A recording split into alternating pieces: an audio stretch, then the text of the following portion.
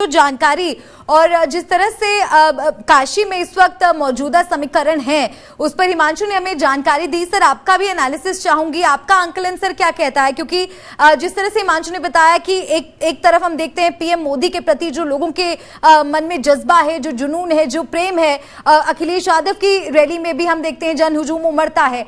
ऐसे में किस पार्टी का पलड़ा आपको लग रहा है कि इस बार भारी है? क्या बीजेपी अपनी वहां पर जो पकड़ है वो कायम रख पाएगी?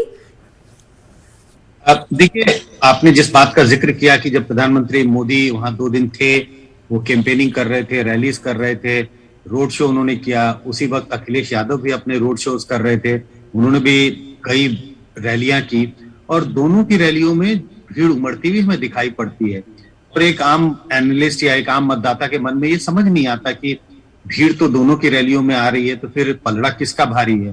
देखिए, इस तरह की जब रैलियां होती हैं तो उनके कोर सपोर्टर्स उन्हें देखने के लिए, उन्हें सुनने के लिए आते हैं और सिर्फ भीड़ से इस बात का अंदाज लगा पाना कि किस पार्टी का पलड़ा भारी है, ये थोड़ा मुश्किल होता है, क्योंकि थोड़ी सी भी भीड़ हमें बड़ी दिखाई पड़ती है अगर हम उसकी विधानसभा क्षेत्र की या विधानसभा में मतदाताओं की संख्या से तुलना करें। मतदाता तो 4 लाख 5 लाख होते हैं और अगर आप बनारस की बात करें तो वहां तमाम विधानसभा क्षेत्र हैं, तो मतदाताओं की तुलना के अनुपात में भीड़ इतनी बड़ी नहीं होती है। अगर पूरी की पूरी भीड़ ने भी उस पार्टी के लिए वोट दे दिया तो ये सुनिश्चित नहीं हो सकता कि उसी पार्टी की जीत होगी।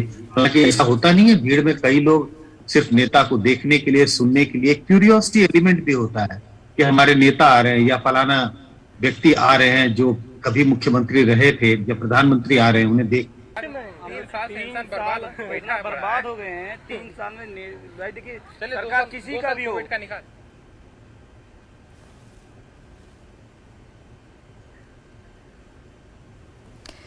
तो संजय जी से हमारा संपर्क टूट गया है, वापस उनके साथ हम संपर्क साधने की कोशिश कर रहे हैं। बहरहाल हम आपको बता दें कि वोटिंग परसेंटेज अगर सुबह 11 बजे तक की बात की जाए तो करीब 21% है। जुड़ गए हैं संजय जी हमारे साथ एक बार फिर से। जी सर, आप अपनी बात पूरी कीजिए। हाँ, मैं वही कह रहा था कि वाराणसी में तो निश्चित रूप से बीजेपी का पलड़ा भारी है, क्योंकि वहां से प्रधानमंत्री 2 बार लोकसभा के रिप्रेजेंटेटिव हैं, एमपी हैं, और जिस तरह की उनकी पॉपुलैरिटी है वहां पे और जिस तरह की जीत प्रधानमंत्री मोदी ने हासिल की है 2019 या 2014 के लोकसभा चुनाव में, 1-2 एमएलए के प्रति नाराजगी हो सकती है, लेकिन कुल मिला के प्रधानमंत्री का प्रेजेंस, उनका कैंपेन, उन लीडर के लिए जिस तरह के उन्होंने रोड शो किए, निश्चित रूप से बीजेपी का पलड़ा वाराणसी की कंस्टिट्यूंसी में भारी है, इसमें मुझे कोई शक नहीं है।